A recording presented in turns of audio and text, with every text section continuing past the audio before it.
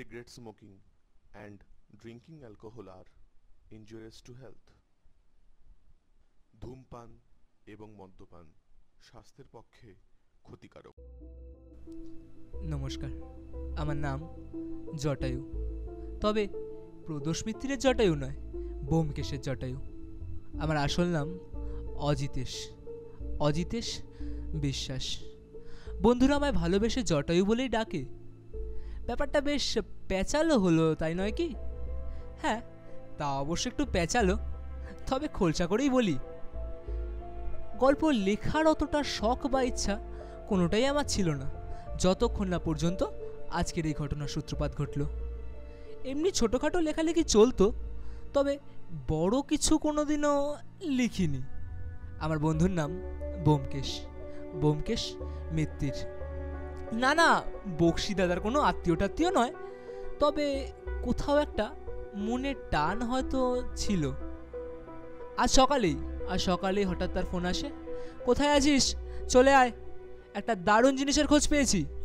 আমিও ছুটতে পৌঁছাই তার বাড়ি। গল্পটা শুরু এখান থেকেই।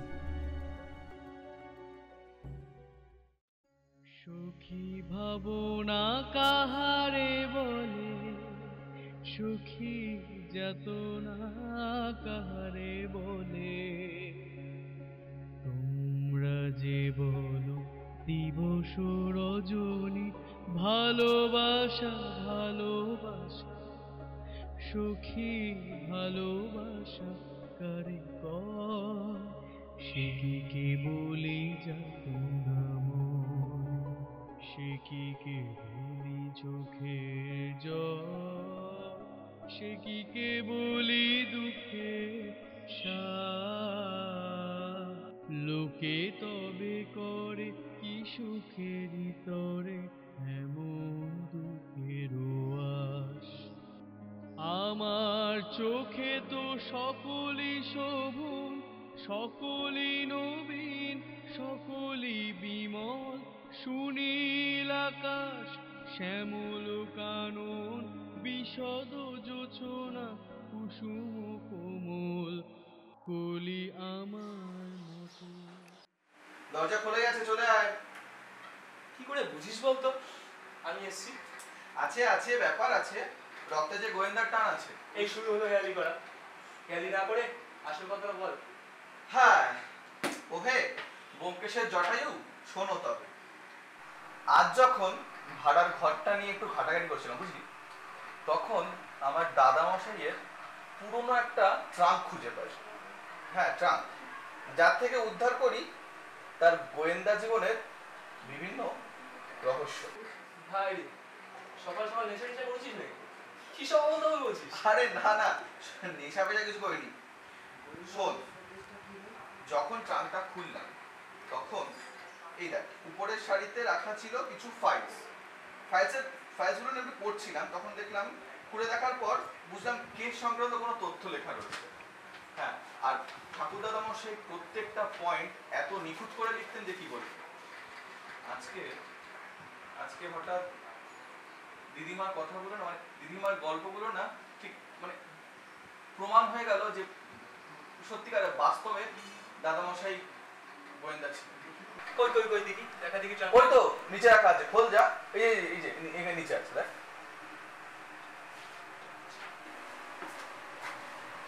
এখানে রাখতে পারি? হ্যাঁ, উপরে তো যেটা বলছিলাম। বেশ ভারী। ভারী তো অবশ্যই। প্রথম সারিতে দেখ, কিছু ফাইলস রাখা আছে। ও বাবা, এত কিছু না, বেশ ফাইল। দেখো তো, পুরো ছিঁড়ে এখন অবস্থা খারাপ। আমি যখন খুলে এটা দেখছিলাম, তখন দেখলাম বিভিন্ন রকম কেস সংক্রান্ত ফাইলস রয়েছে। কয়েকটা দেখলাম বেশ খুন খারাপিরও কেস রয়েছে। তো কি কেন? ও বাবা, এটা আবার জামা কাপড়ও আছে। হ্যাঁ, এই জামা কাপড় গুলো পরেই হয়তো দাদামশাই গোয়েন্দাগিরিতে বেরোতেন।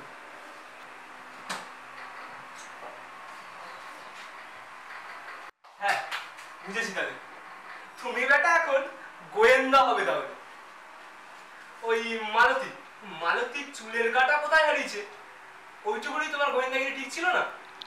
মানে ওই আর কি, মোল্লার দৌড় মসজিদ অব্দি। যা যা বলেছিস ঠিক বলেছিস, ঠিকই বলেছিস, কিন্তু রক্তে যখন একবার গোয়েন্দার টান পেয়েছি তাহলে বাকিটা না হয় সময় বলবে। আর আমি তাহলে তোর অজিতেশ, না না জটায়ু, না ঠিক হচ্ছে না, ব্যোমকেশের জটায়ু। তাহলে যাই হোক, আমি তোর তাহলে অজিতেশ জটায়ু। বেশ ভালো। এই ব্যোমকেশ, ও এই তো অজিত দাও আসা দেখছি, শিগগিরই একবার নিচে চলো তো। পরেশ দা কেমন যেন একটা করছে, ঘেমে নে একবারে একাকার। বলছে কে জানি ওকে খুনের হুমকি দিয়েছে। আরে কি হলো, বসে কেন? একবার চলো না গো নিচে। ও, এই নারী চরিত্র ব্যাখ্যা করতে তো ভুলেই গেছি। নাম শ্রীরাধা কর্মকার, ওরফে যেটা ধরছেন সেটাই, মানে ব্যোমকেশের সত্যবতী। চলো চলো। চোর ছাত্রদের খুনে খুন দিলে না তো কি দেবে? বড় হয়েছে, স্বভাবটা তো আর পাল্টায়নি। যাই হোক, চলো চলো। না রে, একবার নিচে গিয়ে দেখা যাক। নিজের বন্ধু বন্ধু কেমন লাগে ওকে আমার। যতই হোক, দেখা তো একবার উচিত। ঠিক আছে চল। চলো। কোন নায়কদের তোমার বুকে ছুরি মারার হুমকি দিল? আহ মজাক করিস না তো, এমনিতে বহুত টেনশনে আছি, গা হাত পা কেন শুকিয়ে যাচ্ছে, দিমাগ কাজ করছে না। খচ্চরটার নাম জোচ্চোর হওয়া উচিত ছিল, কারণ কুকুরের লেজ কখনো সোজা হয় না। ব্যাটা চুকচুকানি ভাই আগাগোড়া থেকেই। ছোটোবেলায় পেন্সিল থেকে শুরু করে লোকের বাড়ি শুকোতে দেওয়া লুঙ্গিকেও ছাড়েনি। বাপের প্রচুর টাকা, সবই 2 নম্বরই। বাপ মরার পর এই এখন সব টাকার মালিক। ব্যাটা আবার লোককে ধারটারও নাকি দেয়, আবার সুদেও টাকা খাটায়। আর সময় মতো টাকা না দিতে পারলে সুদে আসলে জিনিসপত্র চুরি করে নিয়ে আসে। ব্যাপারটা কি সশব্দ করে বল, তারপরে তো বুঝবো আমরা। হ্যাঁ বলোই না বাবা, কি যেন তুমি একটা বলছিলে না তখন, তোমাকে নাকি কে খুনের হুমকি দিয়েছে, সবাইকে একবার খুলে বলে দাও না। আরে আজ যখন বাজারে গিয়েছিলাম,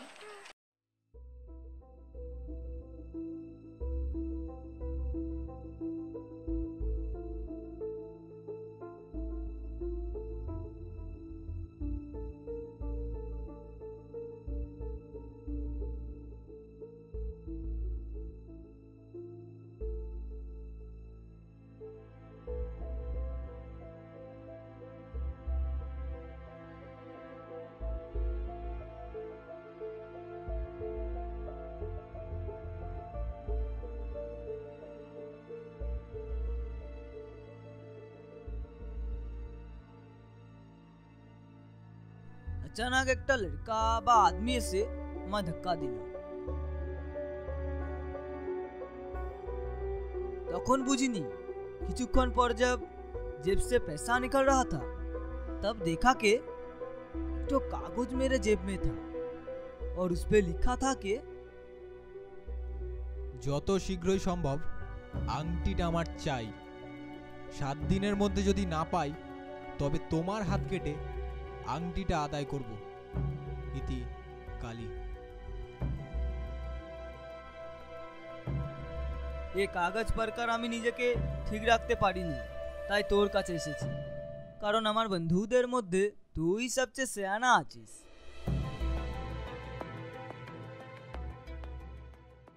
ব্যাপারটা কিন্তু এখনো পরিষ্কার হলো না, কিসের আংটি, কেন আংটি চাই, ব্যাপারটা তো খোলসা করে বলতো। তুই জানিস না, এটা পরিষ্কার হয়, সবাই কষা লেগেই থাকে। তুমি একটু বসো, আমি জল নিয়ে আসছি। সব সাফ করে বলছি। আসলে ব্যাপারটা হলো গিয়ে, জানিস তো আমার দাদুর প্রচুর সম্পত্তি ছিল, সে তার সকল সম্পত্তি সরকারকে দান করল, क्योंकि দাদুর আমাদের কারোর উপর বিশ্বাস ছিল। দাদুর একটা শখের আংটি ছিল, বা আছে বলতে পারি, যেটা অনেক কষ্টে আমার বাবা সরিয়ে রেখেছে। ওই আংটিটা বাবা মরণিকের সময় আমার কাছে পায়। वो साला काली का नजर मेरे आंखी पर पड़ा, जो बोलता है लड़की झूठ। এতে আমি কি করতে পারি? হাত কাটবে, খুন টুন তো করবে না। তুই বরং কাজ কর, তুই বরং পুলিশে গিয়ে সব কিছু জানা, পুলিশ তো সাহায্য করতে পারবে, এতে আমার কিছু করার নেই। না না, আমি কি পাগল আছি নাকি? আংটিটাকে নিয়ে গেলে পুলিশ মিউজিয়ামে দান করতে বলবি? না না, আমি যাবো না। তাহলে আর হাত কাটা কার্তিক ঘুরবি? শোন ভাই, ব্যাপারটাকে তোর হাতেই নিয়ে নে। বেশ একটা রহস্য রহস্য গন্ধ পাচ্ছি। কে বলতে পারে এটাই হয়তো তোর গোয়েন্দাগিরির প্রথম সুযোগ। রহস্যের গন্ধ তো আমিও পাচ্ছি, দাঁড়া দেখছি। ভাই এসব বলিস না ভাই, আমি তোর বচপন কা বন্ধু আছি, একটু সাহায্য কর ভাই, একটু সাহায্য কর। আচ্ছা আচ্ছা ঠিক আছে, তুই আমাকে একটা কাজ কর, তোমাকে 5-6 দিন সময় দে। আমি কদিন একটু ব্যস্ত আছি বুঝলি। আমি একটা কাজ করবো, 5 দিন পর আমি তোর বাড়িতে গিয়ে একবার ঘুরে আসবো। আর হ্যাঁ শোন, কদিন একটু সাবধান থাকিস, ঠিক আছে? তুই তো বলেই খালা, সাবধানে থাকবি। এই কালি আমার ছেড়ে দেবে? ও শালা বহুত চালাক আছে, ওর থেকে কীভাবে এসে যে আমার হাতটা কেটে নিয়ে চলে যাবে কে জানে। তুই বাঁচায় ভাই আমার, তুই যা চাইলে আমি তোকে তাই দেব। ওই তো বললাম 5 দিন পর থেকে তোর সব দায়িত্ব আমার। কিন্তু আমি বলি কি, পুলিশ ডাকলেই তো সব লেটা চুকে যায়। না না, আমার সম্মান বলতে একটা কথা আছে নাকি? ও হ্যাঁ, তাই সম্মান বলতে একটা জিনিস আছে। বেটা পরেশ ব্যোমকেশের কথা মতো আর বের হয়নি ঘর থেকে। ঘটনার ঠিক পরের দিনই ব্যোমকেশ হঠাৎ করেই বলল, কই রে, চল চল চল, তৈরি হয়ে নে, বেরোতে হবে। এই ভদ্রবেলা কোথায় বেরোবি? আরে অজিতেশ বাবু, আমাদের যে ভাত পাততে হবে, ভাত, তাড়াতাড়ি ছদ্মবেশে তৈরি হয় না। কিসের ফাঁক? ছদ্মবেশ কি বলছিস? আরে অত শত জিজ্ঞাসা না করে চল তো, রেডি হয়ে নিবি। চল চল, ওর রাখ বইটা রাখ, চল চল চল চল চল চল চল। কিং কর্তব্য বিমূঢ় হয়ে বেটা ব্যোমকেশের সাথে দিলাম হাঁটা। পরনে আমার কালো কোট, একটা প্যান্ট আর এক জোড়া বুট, আবার মুখে ফ্রেঞ্চ কাট দাড়ি, আর বেটা ব্যোমকেশ সেজেছে মারোয়ারি। পৌঁছালাম গিয়ে পরেশ আগরওয়ালের বাড়ি।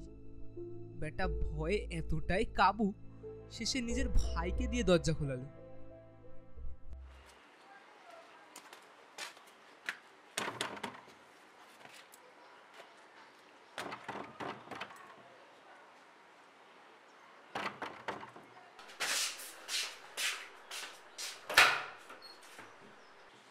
পরেশ বাবু বাড়িতে আছেন?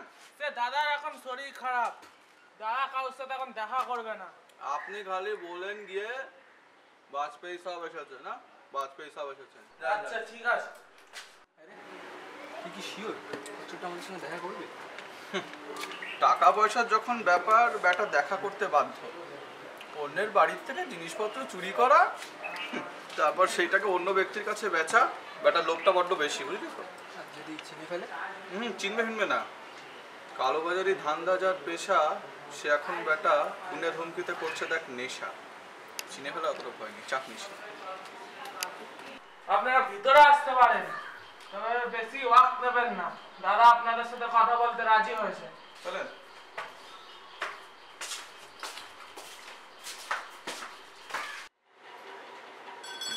আসো ভাই, পরেশ বাবু। আসে আসে বচপাই বাবু, আসে আসে। তাই দুদিন পর আসছে, কি ব্যাপার? আপনাকে বড্ড গা লাগছে।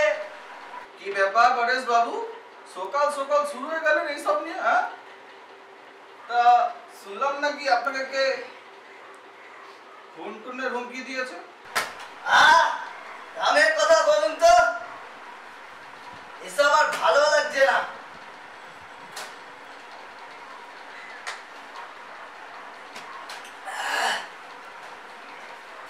তা বচপাই বাবু, আপনি আজকে চুপ কেন? বাজপেয়ী বাবুর আজকে মন ব্রাত, ভাবিজি বলেছে বাজপেয়ী বাবুকে মন ব্রাত রাখতে, তাই তিনি আজকে চুপ। তা কামের কথাটা হচ্ছে যে আমরা শুনলাম আপনি নাকি কোন আঙ্গুঠির কথা বলেছেন, মানে আঙ্গুঠি বেচতে চাইছেন। আঙ্গুঠি? না না, আমি কোন আঙ্গুঠি রেট দিইনি তো। जो শুনেছেন আপনারা গলতিতে শুনেছেন। কিন্তু আমরা শুনলাম যে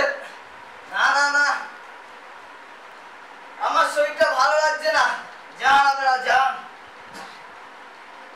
কিন্তু আমরা শুনলাম যে আপনি আঙ্গুঠি বেচবেন, একটা আঙ্গুঠি আপনার কাছে আছে। हाँ बोललाम ना मेरा तबीयत ठीक नहीं। जान जान ठीक है, जा रहे हैं, चलिए वाजपेयी जी। हमारा काम इधर।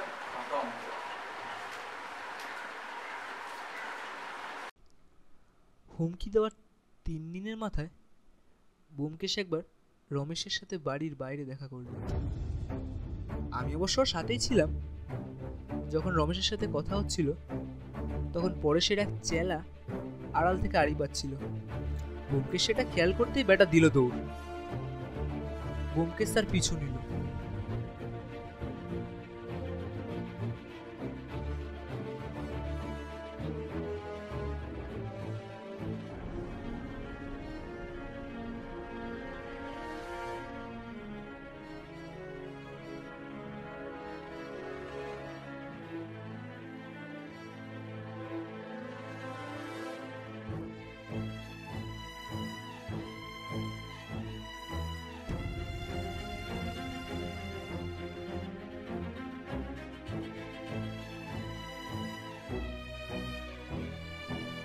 শেষমেশ ধরেও ফেললো। তারপর তার কাছ থেকে কিছু কথা আদায়ও করলো। পঞ্চম দিন রাতে অপূর্ব বলে একটি ছেলে, যার কাছ থেকে পরেশ প্রচুর টাকা সুদে আসলে পায়, সে এসে উপস্থিত হয় টাকা ফেরত দেওয়ার জন্য। বাড়িতে কেউ না থাকায় পরেশ দরজা খুলতে ভয় পাচ্ছিল। এদিকে টাকার লোভ সে সামলাতে পারছে না। শেষমেশ দরজা খুলতেই হলো। লোভের জয় হলো।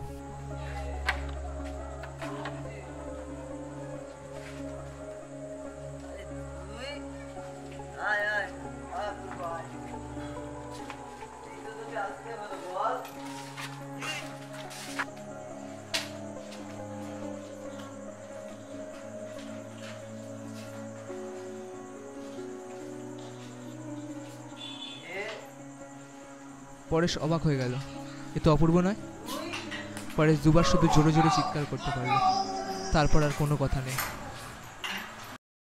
সুখী ভাবনা কাহারে বলে, সুখী চেতনা কাহারে বলে, তোমরা যে বলো দিবস রজনী, ভালোবাসা ভালোবাসা, সুখী ভালোবাসা কারে কয়, সে কি কেবলি চেতনাময়, সে কি কেবলি চোখের জল, সে কি কেবলি দুঃখের শ্বাস, লোকে তবে করে কি সুখের তরে এমন দুঃখের বাস। তা গানটা কার জন্য গাওয়া হলো শুনি? ও না না, এমনি গাইছিলাম, মনে হলো তাই গাইলাম। কার জন্য আবার গাইবো শুনি? থাক থাক, অনেক তো হলো, জানা আছে সব, আর লুকোতে হবে না। দূর, তুইও না পাগলি একটা। হ্যাঁ হ্যাঁ সেই, নিচে দাদা আর অজিতেশ দা বসে আছে, চলো চলো নিচে চলো। ঠিক আছে চল, আসো আসো চল।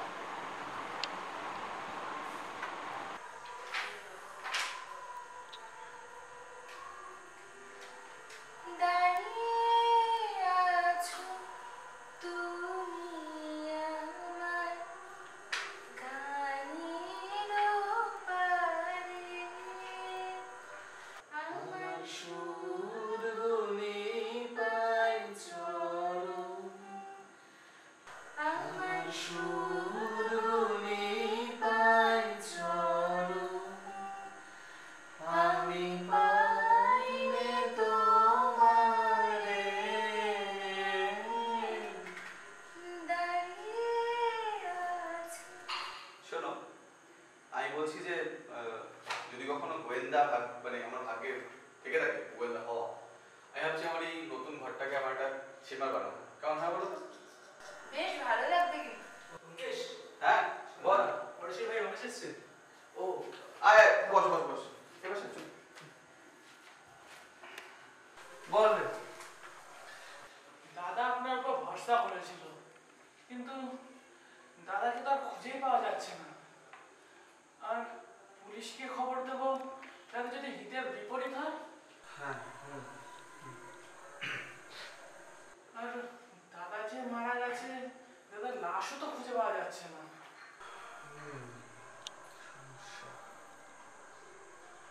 আর ওই কালীকে যে খুঁজবো, সেটার তো কোনো ব্যবস্থা পাচ্ছি না যে কিভাবে খুঁজবো তাকে।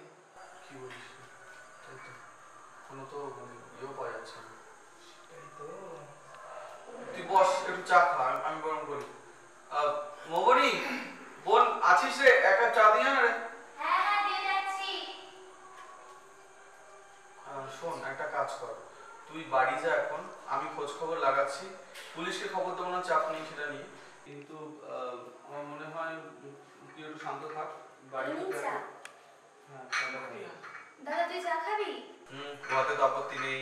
এই হ্যাংলা, তুই চা খাবি? এই সুন্দরী নারী হলেন আমাদের ব্যোমকেশের একমাত্র বোন মধুবনী। ঠিক ব্যোমকেশের উল্টো, যেমন চঞ্চল তেমন মুখ থাটা। বিস্কুট সমেত যেন ভাই।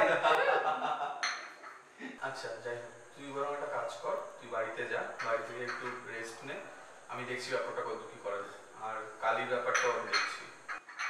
আচ্ছা বলতে যা, তাহলে উঠি। আর দাদাকে যদি আমি খুঁজে পাই, তোমাকে অবশ্যই খবর দেবো। ঠিক আছে। তুমি যদি একবার খুঁজে পাও তো আমাকে একটু খবর দিও। আচ্ছা ঠিক আছে। আচ্ছা আসতে আসি। মন খারাপ করিস না, যা।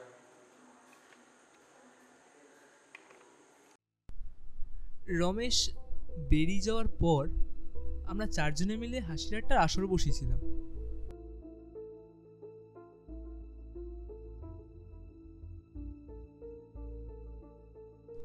আচমকাই খোলা জানলা দিয়ে একটা ঢিল এসে পড়ে, ঢিলে বাঁধা একটা কাগজ।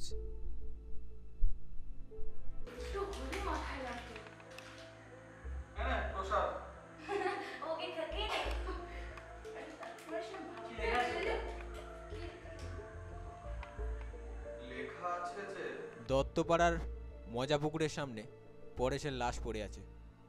ইতি কালী।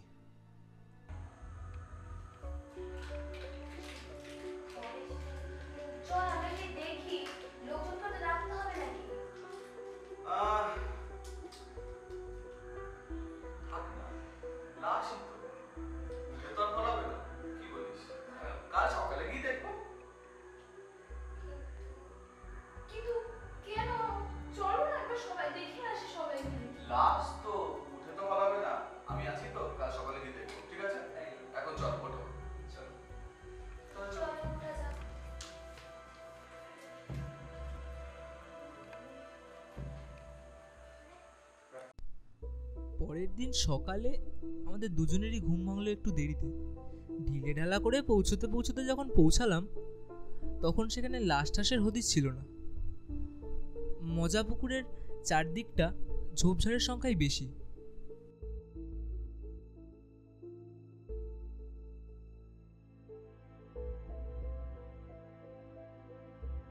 পুকুরের চারদিকটা আমি আর ব্যোমকেশ ঘুরে দেখলাম।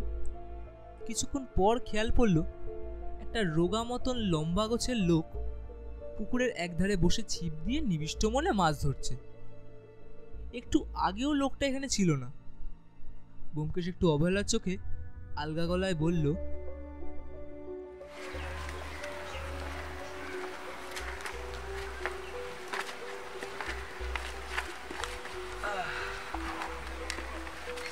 তা কটা মাছ পেলেন? একটা মাছ ধরবো বলে বসে আছি, শিয়ানা মাছ। এটা বড্ড লেজে ঝোলাচ্ছে। শিয়ানা মাছ ধরতে গেলে যে উপযুক্ত টোপ চাই, তা টোপটা কি? সেটাই তো মাছের কাছ থেকে জানতে চাইছি। সেটা কি? আমরা কি মাছ ধরতেছি না, টোপটা মোটেই সুবিধা লাগছে না। মাছটা ধরা দেবে না, কিন্তু আপোষ করতে রাজি। কি রকম আপোষ? পরেশকে অপূর্ব সেজে আমি সরিয়েছি। পরেশ আমার ছোটবেলাকার বন্ধু, কিন্তু আমি তার সমর্থনে নই। পরেশের মায়ের কষ্ট আমার থেকে দেখা যাচ্ছিল না, তাই। কালীর সাথে শত্রুতা করছেন? আপনি আপনার সাহস আছে বটে। আমি কালীর শত্রু নই। পরেশের শাস্তি না হলে ওর স্বভাব যাবে না। ওকে আমার হাতে ছেড়ে দিন। তা সম্ভব নয়। পরেশকে আপনার হাতে তুলে দিলে ওর ক্ষতি হবে, আর তাহলে আমার শর্ত ভঙ্গ হবে। তাহলে তো সত্যিই মনে হচ্ছে আপনি কালীর সাথে শত্রুতা চান। কালীর যেই কথা সেই কাজ। আপনি জানেন কিছু আংটির ব্যাপারে যে কালীর সাথে শত্রুতা করছেন? ওই যে বললাম আমি কালীর শত্রু নই। পরেশ যেদিনকে আমার বাড়িতে এসে আমার সবকিছু জানায় সেদিন পরেশের একটা জিনিস খুব অদ্ভুত লেগেছিল, যে সে পুলিশের ভয় পাচ্ছে। আমার সন্দেহ হয় যে পরেশ মিথ্যে কথা বলছে। তারপর আমি আর অজিতেশ ছদ্মবেশে পরেশের বাড়িতে গিয়ে আংটির ব্যাপারে খোঁজখবর নিই। আমার এটা মনে হয়েছিল যদি সে আংটিটা চুরি করেই থাকে তাহলে সেটাকে কালো বাজারে অবশ্যই বেচার চেষ্টা করবে। কিন্তু আংটির কথা শুনতেই সে আমাদের চলে যেতে বলে। পরে আমি পরেশের ভাই রমেশকে একদিন ওদের বাড়ির বাইরে ডেকে কথা বলি। তার থেকে জানতে পারি এমন কোনো আংটি তার 14 পুরুষের কাছেও ছিল না। ফলে আমি শিওর হয়ে গেলাম পরেশ আমায় মিথ্যে কথা বলছিল। ঘটনাচক্রে আমি যখন রমেশের সাথে বাইরে কথা বলছিলাম তখন আমাদের ওপর আড়ি পাচ্ছিল পরেশের এক চেলা। তাকে আমি দেখে ফেলি। তারপর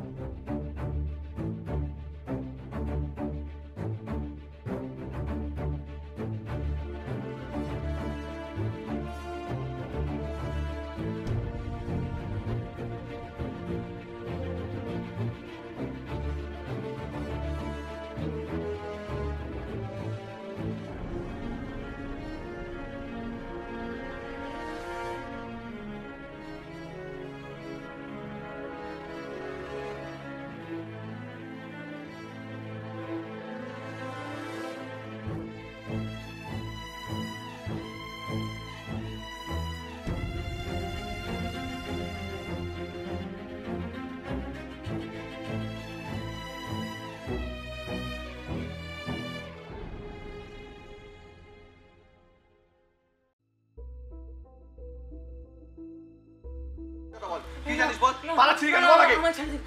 আমি কিচ্ছু জানি না। সত্যি কথা বল না হলে। না না না বলছি। অপূর্ব বেশ কিছু টাকা ধার নিয়েছিল বাবার চিকিৎসার জন্য পরেশবাবুর কাছ থেকে। তারপর আর কিচ্ছু না। আমি আর জানি না সেরকম। সত্যি কথা বল না হলে। বলছি। অপূর্ব বেশ কিছু টাকা ধার নিয়েছিল ওর বাবার চিকিৎসার জন্য পরেশবাবুর কাছ থেকে। সময় মতো টাকা সুদ সহ ফেরত দিতে পারেনি। পরেশবাবু হুমকিও দিয়েছিল টাকা না দিলে ওর বাবাকে হাসপাতালেই খুন করে দেবে। কিন্তু জানেন পরেশবাবুর সত্যি এমন কোনো ইচ্ছে ছিল না। একদিন পরেশবাবুর সন্ধ্যায় নেশার ঘরে অপূর্বদের বাড়ি যায়।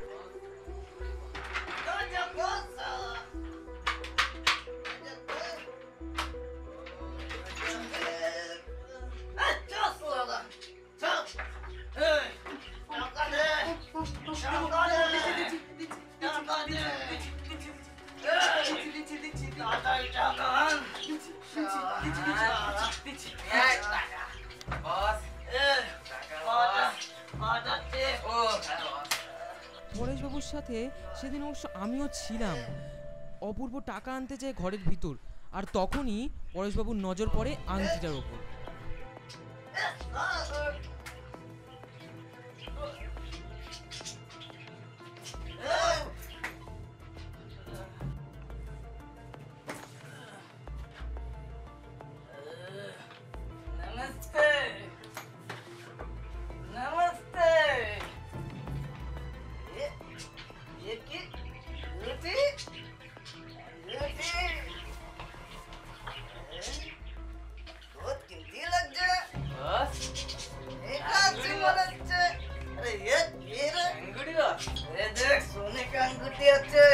আন্টি দামি হবে বস। हाँ बहुत दामी आते। अरे वो साला कमीना कितना गया? किधर गया रे? পরেশবাবু সেটাকে তুলে নিয়ে জবরদস্তি করে নিয়ে চলে যান।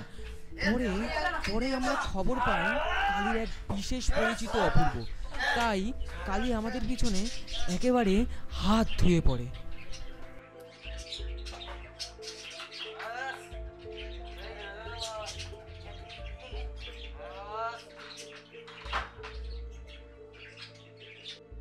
এর চেয়ে বেশি আমি আর কিচ্ছু জানি না, বিশ্বাস করুন।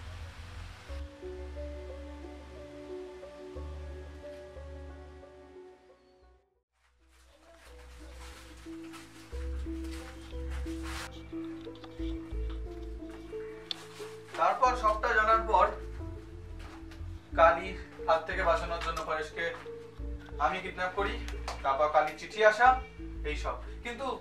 কিন্তু আমি কালীর মুখ রক্ষার ব্যবস্থাও রেখেছি। কি ব্যবস্থা?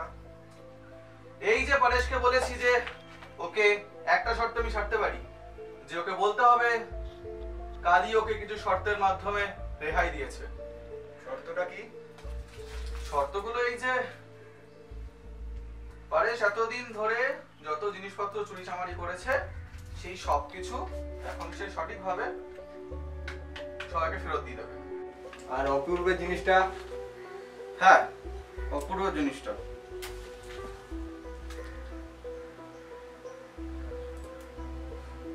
পরেশকে বলা হয়েছে অপূর্বের যে দাদুর আংটিটা আছে সেটা ঠিক মতো ওর বাড়িতে পৌঁছে দিতে, আর যা বাকি দেনা পাওনা ছিল সেটা মুকুব করে দিতে বলা হয়েছে। সে যদি আবার শুরু করে? না না, সে ভয় নেই, সে আপনার ভয় এমনিতেই আধমরা হয়ে রয়েছে। চোরের উপর বাটপারি করছেন? তাও আপনাকে ছেড়ে দিচ্ছি। ব্যোমকেশ মিত্র, তাই তো? বিখ্যাত গোয়েন্দা বরদাচরণ মিত্রের নাতি। আপনার দাদুর সঙ্গে আমার বাবার খুব ভালো মিল ছিল, বলতে পারেন খুব ভালো সম্পর্ক ছিল, তাই জন্যই আপনাকে ছেড়ে দিচ্ছি বলতে পারেন। ভবিষ্যতে আপনি দক্ষ গোয়েন্দা হতে পারবেন।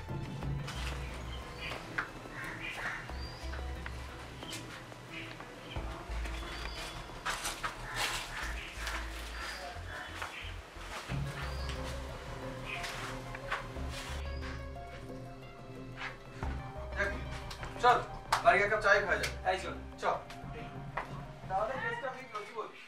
হ্যাঁ, এদিকে দেখি পরেশের কি অবস্থা। এখন আসবে কোনো কাণ্ড জ্ঞান নেই, বলেছিলাম তাড়াতাড়ি আসতে। অজিতটা ভুলে গেছিল তাড়াতাড়ি আসবে, ওর কথা রাখতো। টেনশন হয় না বলতো? সেটা তো আমারও হচ্ছে। ওই তো চলে এসছে। কি হলো সবটা পরিষ্কার করে বলো, তারপর কি করে পেলে? পরেশ না রমেশকে আরে আস্তে আস্তে বলছি। আরে ওর লাশটা কি করে পড়েছিল? আরে বলছি বাবা, দাঁড়াও, আগে আমার জন্য একটা চা করে দিস। আমি খাবো না। তো ঠিক আছে, তুই যা। না ঠিক আছে, দেখো পুরোটা বলবে না, কিন্তু তুমি এসে কিন্তু সবটা শুনবে। আচ্ছা ঠিক আছে, কিছু বলবো। আচ্ছা বলছি তো তোর হামলা কিছু করেনি? না ও সব কিছু করেনি, কিন্তু তো দেরি করলি কেন তোরা? কিন্তু কিন্তু ব্যাপারটা হচ্ছে যে কালী বলল যে ওর বাবার সাথে আমাদের দাদুর কোনো সম্পর্ক ছিল। আমাদের দাদু? হ্যাঁ, তুই হ্যাঁ। ভুল শুনেছিস। না ও নিজেই তো বললো। আমাদের তাও দাদু? নাকি ওর ভালো সম্পর্ক বাবা, কি জানি কি বলেছে। যাই হোক, তোরা ঠিক মতো আছিস, শুনে ভালো লাগলো। গল্পটা বল। আরে আসুক, চাটা নিয়ে, চা না খেলে আর হয় নাকি? সেই তার চাই। গল্প শুনলে এটা হয়। এই তো এবার সবটা পরিষ্কার করে বলো তো, তাহলে বলো। এক কাপ আগে চুমটা দিই। আরে কি হলো? চিনি দিয়েছো? আরে চিনি না ছিল না। তাড়াহুড়ো করে চিনি ভুলে গেছো?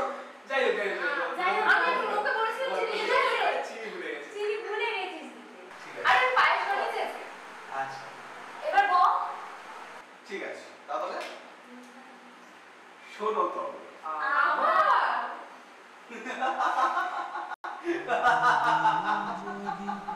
কাঁদিবি কেবল একদিন নয়, হাসিবি তোরা একদিন নয়, বিষাদ ভুলিয়া সকলে মিলিয়া গাহিব